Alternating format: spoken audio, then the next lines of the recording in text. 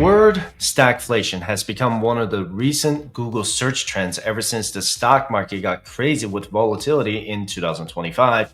The market began to fall before President Trump's announcement about Liberation Day, but it really turned into a liquidation day starting on April 3rd when the market sold off by double digits in percentages. And now he put a 90-day pause on the tariffs except for China when the bond market began to sell off. But I don't want to talk about the bond market in this video because I want to focus more on stagflation. The word stagflation got people's attention back in 2008 and most recently in 2022. So what is stagflation? Is this a real concern or just another fear-mongering news that you shouldn't be concerned about? More importantly, what can you do to prepare for a potential stagflation? I'm going to show you some of the data to see where we are. But let me first break down what stagflation actually is. You see, unlike your ex, stagflation has a clear definition. And when you have three things happening at the same time, slow economic growth, high unemployment, and high inflation. And normally you don't see these together. And when the economy slows down and people lose jobs, inflation also cools off because fewer people are spending. But with stagflation, you get the worst of both worlds. The economy is crawling, but prices are still skyrocketing. Sounds terrible, right? But how did this term come about? Well, back in 1965, during a time of economic stress in the UK, this word was first used by a British politician named Ian MacLeod in a speech before the House of Commons, where he called the combined effects of inflation and stagnation a stagflation situation. Now, this term became popular in the 1970s. In fact, we had this situation where the US economy went through an oil crisis that sent energy prices through the roof. And normally, when prices rise rapidly, it's because the economy is growing too fast and too much money is chasing too few goods. To put this in perspective, during the worst of the 1970s stagflation, inflation hit around 14%, unemployment reached nearly around 9%, and economic growth was basically flat. Now, for those of you who weren't born yet, this was not a fun time for the baby boomers and the generation before. Gas stations had lines around the block, and the purchasing power of savings accounts was melting faster than ice cream in July in Las Vegas. Many people say that it was the reason why Jimmy Carter lost by a landslide to Ronald Reagan in the 1980 election. Now, you might be thinking, isn't that just regular inflation with a fancy name? Great question. Let me explain the differences by using something we all understand: pizza. Regular inflation is like when your favorite pizza place raises prices because everyone in town loves their pizza and they can't make it fast enough to keep up with demand. It is happening because the business is booming.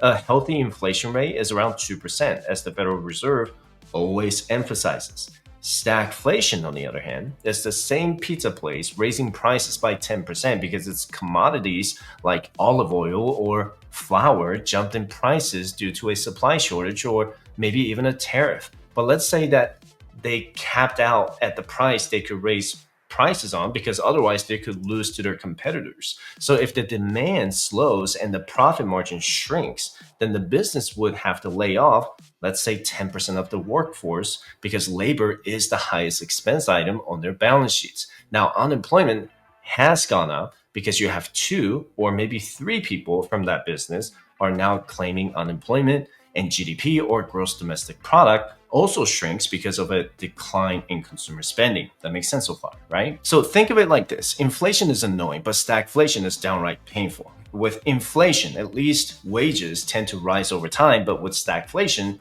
wages don't keep up and jobs become scarce and prices still climb.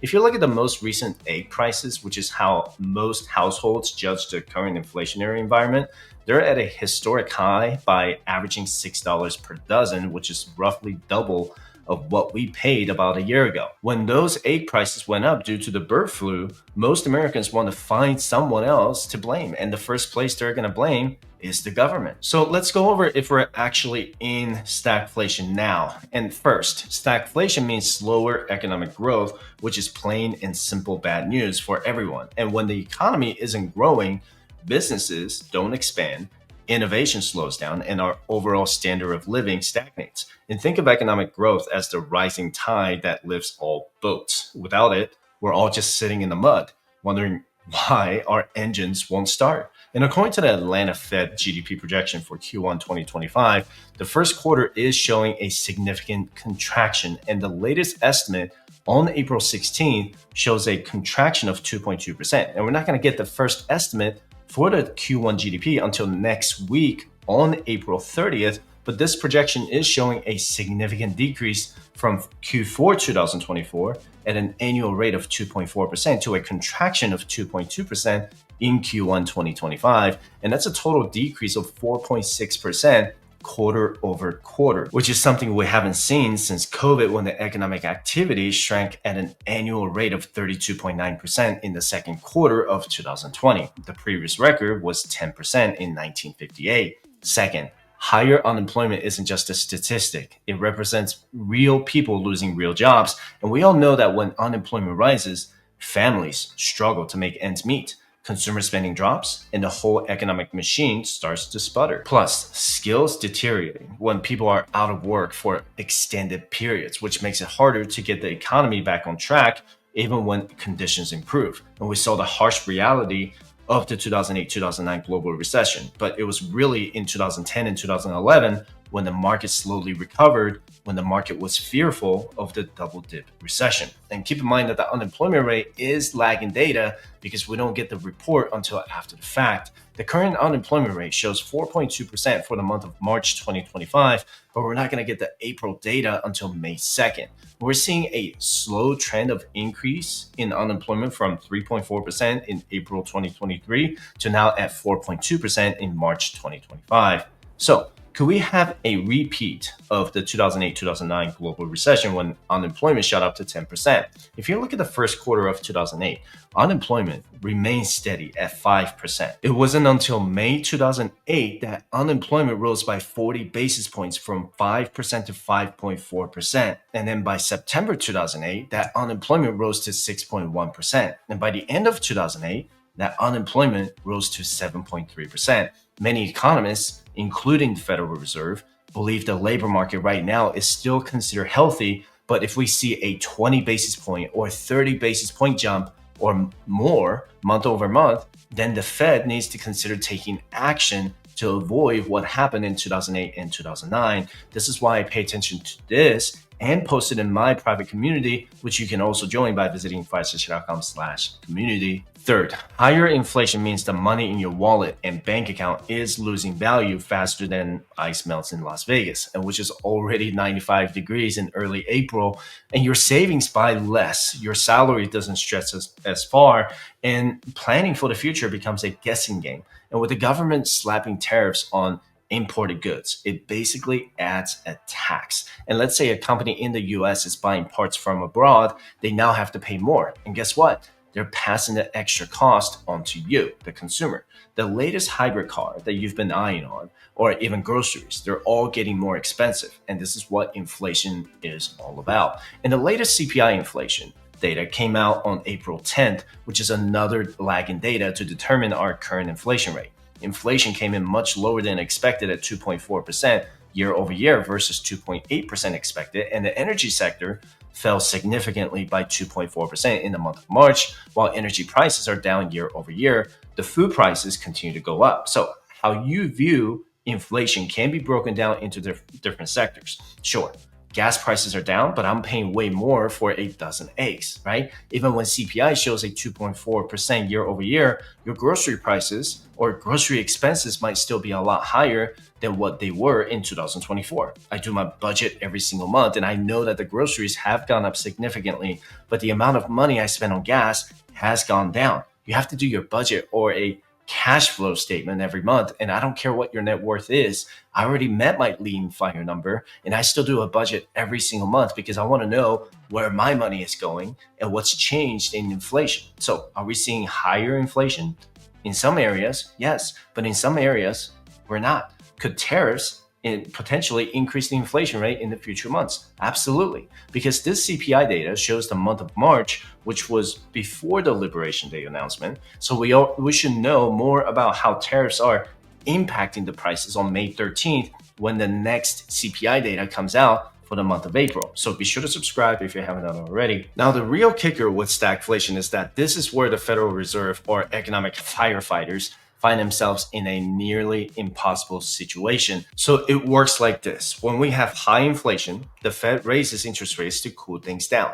This slows down spending, but can also make unemployment worse. We saw a very high inflation rate happen in 2022. And when we have high unemployment, they lower rates to stimulate growth, but that can make inflation worse. And that's what happened in 2020 and 2021 when both the Biden and the Trump administrations sent out stimulus checks to stimulate the economy. However, and this is a big however, we saw a deflation in 2008 when consumers literally stopped spending money. And deflation is far worse than inflation because those prices have gone down and businesses are suffering due to lower consumer spending. And if we see deflation in 2025 or 2026, then we're likely in a recession like it was in 2008. But with stagflation, they're forced to choose which problem to tackle first, knowing that whatever they do might make the other problem worse. It's actually an economic catch-22 where any move they make to fix one problem just make the other one go, well, hold my beer.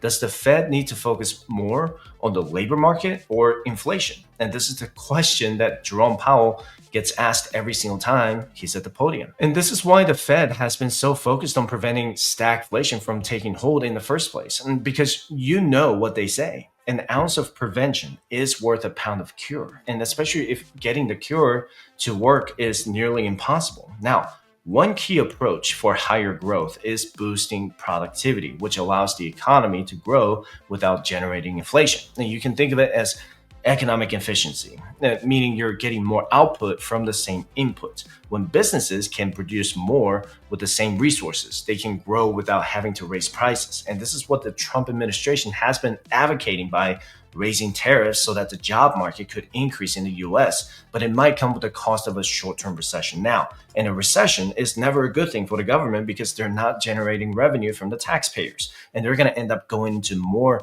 debt to stimulate the economy. But of course, there are other potential solutions too, like government policies that encourage investment, innovation, and workforce development. And these can help address the structural issues that contribute to stagflation.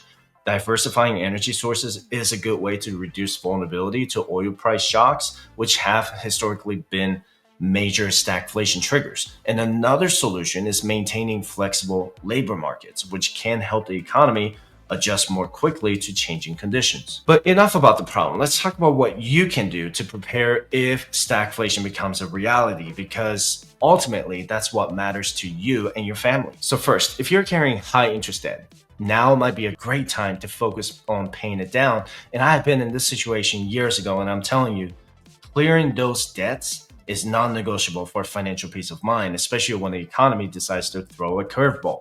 Now, why is this important during stagflation? Well, interest rates typically rise, which means debts become more expensive. And with employment uncertainty, paying off your debts reduces your monthly obligations and gives you more flexibility if income becomes an issue. If you still can't grasp the concept of having debts during stagflation, just think of it as carrying a heavy backpack during a marathon. You expect it to be challenging, yes, but it becomes even more brutal when the course gets tougher. Second, beefing up your emergency fund is critical. And I usually recommend having 6 months of expenses saved in normal times. But if you're starting to doubt your employment status, you might want to aim for 6 to 12 months if possible. Why? Because job searchers typically take longer when unemployment is high. And having that extra cushion can prevent you from making desperate financial decisions like taking out more debt.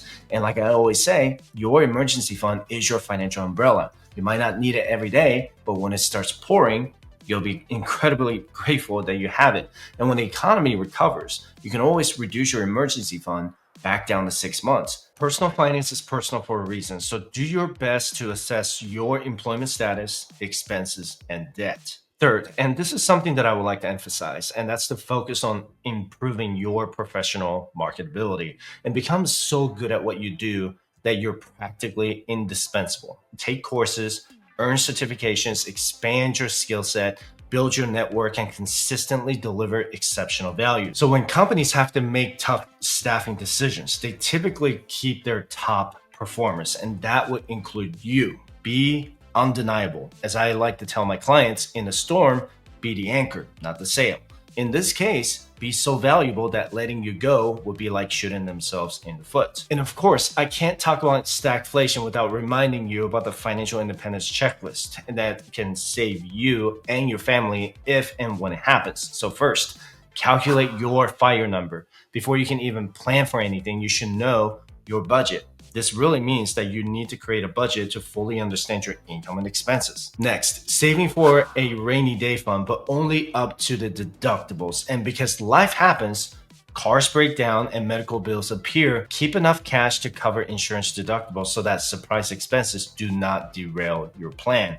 And third, 401k up to employer match. Now, this is a free money alert. If your employer offers a 401k match, take full advantage of it. It's an instant and guaranteed return on your contributions and lowers your taxable income. Fourth, pay off debt except mortgage. As I've mentioned earlier, high interest debt is like a financial parasite draining your money every month. So go pay off your credit cards, personal loans, car loans first, since no investment guarantees a 15 to 25% return like those interest rates do. Now, let's move on to emergency fund. And I always recommend having 6 months, or in some cases, 6 to 12 months of living expenses if you're anticipating longer than expected unemployment, and by keeping them in a high yield savings account.